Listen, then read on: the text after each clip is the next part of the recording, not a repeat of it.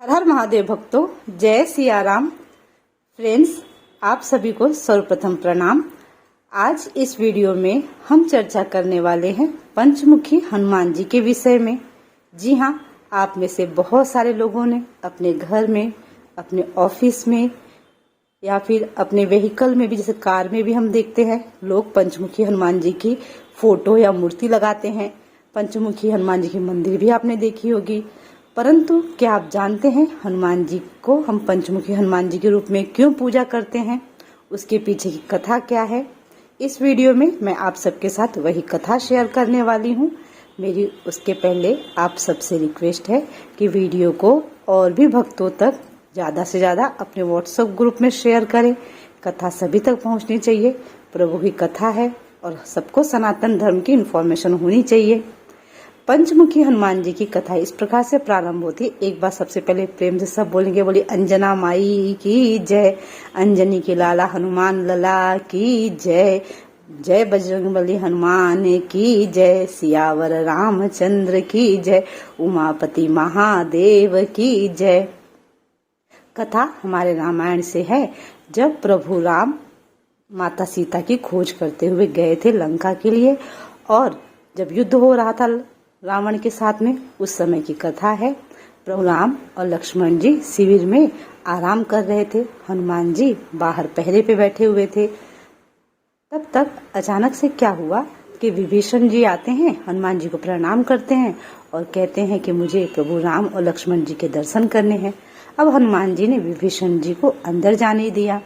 कुछ देर बाद पुनः विभीषण जी आते हैं। हनुमान जी बोलते, अरे अभी तो आप अंदर गए थे, बाहर कैसे आ गए? तब विभीषण जी कहते हैं, मैं तो अभी आया ही हूँ, अभी पहले मैं अंदर गया ही नहीं। हनुमान जी और विभीषण जी सोच में पड़ जाते हैं। तब विभीषण जी कहते हैं, ये जरूर मेरा बड़ा भाई रावण होगा, जो कि वेश धारण करके रावण की मदद करने आया है। वो प्रभु राम और लक्ष्मण जी को समाप्त करना चाहता होगा। तब हनुमान जी बोलते हैं, ठीक है, मैं अंदर जाकर के देखता हूँ।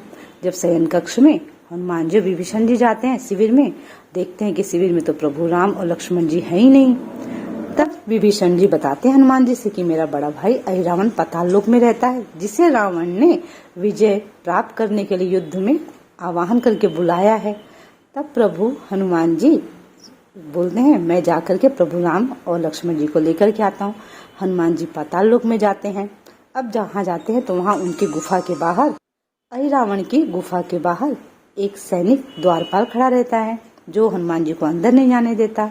हनुमान जी पूछते हैं, आप कौन हो? तो द्वारपाल जो रहता है वो बोलता है, मेरा नाम मकर ध्वज है, मैं हनुमान जी का पुत्र हूँ। अब हनुमान जी को बहुत सरप्राइज होता है कि अरे हनुमान जी का पुत्र? पूछते कौन से हनुमान जी? तो मकर ध्वज ने बताया कि मैं प्रभु राम जी के सेवक जो है हनुमान जी, मैं उनका पुत्र हूँ। तब वो कहते हैं, मैं ही हनुमान जी हूँ। तब मकर ध्वज ने अपने जन्म की कथा बताई। यहाँ बहुत सुंदर सी कथा है मकर ध्वज जी के जन्म की, जो कि हनुमान जी के पुत्र है। वो भी मैं आपके साथ शेयर कर देती हूँ। हनुमान जी लंका गए थे। लंका को उन्होंने आग लगाई थी अपने पूंछ के द्वारा। जब पूरी लंका जलने लगी तो उसकी गर्मी की वजह से हनुमान जी को पसीना आ रहा था, और जो हनुमान जी समुद्र पार कर रहे थे तो पसीने की एक बूंद नीचे गिरी समुद्र में, और समुद्र में वो मकर ध्वज की जो माता मछली स्वरूप थी वो वहां पे थी समुद्र में, और उनके पेट में वो एक बूंद पसीना चला गया, जिस कारण से वो गर्भवती हुई और उन्होंने मकर ध्वज को जन्म दिया। मकर ध्वज का आधा शरीर मछली का था और मुख जो था वो वानर का था। तभी हनुमान जी ने पूछा था कि तुम हो कौन बालक? तुम्हारा शरीर तो मछली की तरह है और मुख वानर की तरह है।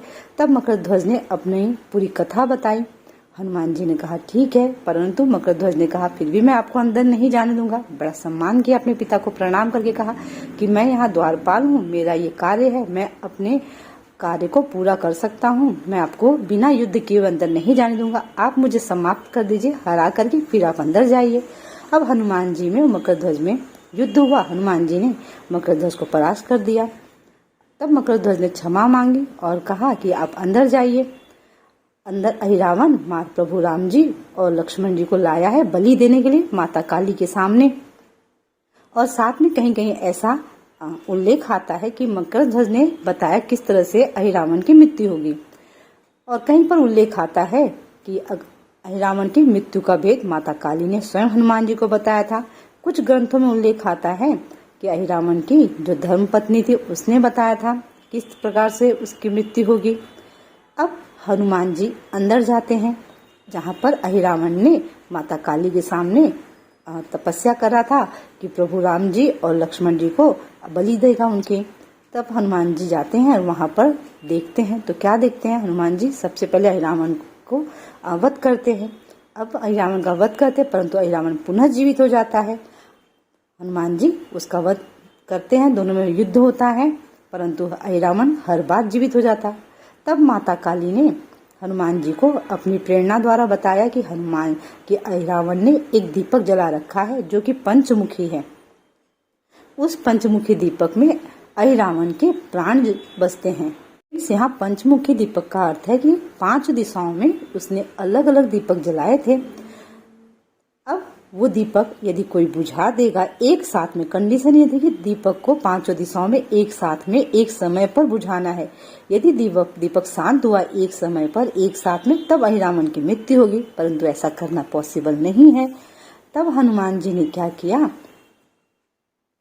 5 दैवी शक्तियों का आवाहन किया और उनके 5 मुख हो गए और 5 मुखों से उन्होंने 5 दिशाओं के दीपक को शांत कर दिया एक ही समय पर। ऐसा करने के बाद फिर अहिरावण को जब हनुमान जी ने मारा, प्रहार किया तो उसकी मृत्यु हो गई। तब से हनुमान जी पंचमुखी कहलाने लगे। फ्रेंड्स, ये थी पंचमुखी हनुमान जी की कथा। और प्रभु श्री राम और लक्ष्मण जी को हनुमान जी गुफा से बाहर लेकर के आए, पाताल लोक से धरती पर लेकर के आए। आई होप आप सभी को कथा बहुत पसंद आई होगी। फिर से मेरी रिक्वेस्ट है, आगे शेयर जरूर करें अपने व्हाट्सएप ग्रुप में। आप में से कुछ लोगों के मन में डाउट आएगा कि कौन से वो 5 दैवी शक्तियां थी। मैं उनके भी नाम बता देती हूँ। एक थे हैग्रीव भगवान जी जो अपने प्रभु श्री हरि के अवतार हैं। नरसिंह भगवान जी अपने प्रभु श्री हरि के अवतार हैं। वराह भगवान जी वो भी अपने प्रभु श्री हरि के अवतार हैं। और प्रभु जी के वाहन गरुड़ देव। और फिर 5वां मुख जो था प्रभु हनुमान जी का स्वयं का था। आप समझ गए। इस प्रकार से प्रभु हनुमान जी उस दिन से पंचमुखी हनुमान जी के रूप में जाने जाते हैं।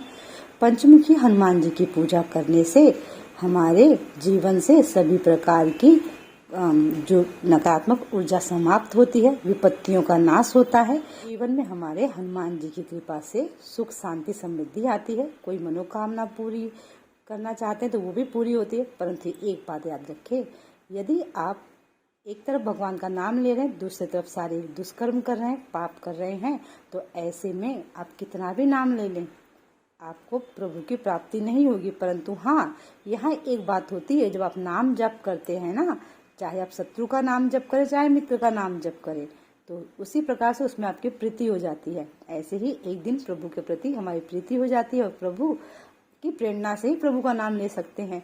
फिर हमारी बुद्धि जो मलिन बुद्धि है वो सद्बुद्धि में बदल जाती है। यदि आपकी इच्छा हो तो आप कमेंट में जय श्री राम, जय हनुमान, हर हर महादेव जरूर कमेंट करें, क्योंकि प्रभु का नाम लेने से हमारे कर्म अच्छे होते हैं, प्रभु के प्रति हमारे मन में प्रीति जागती है।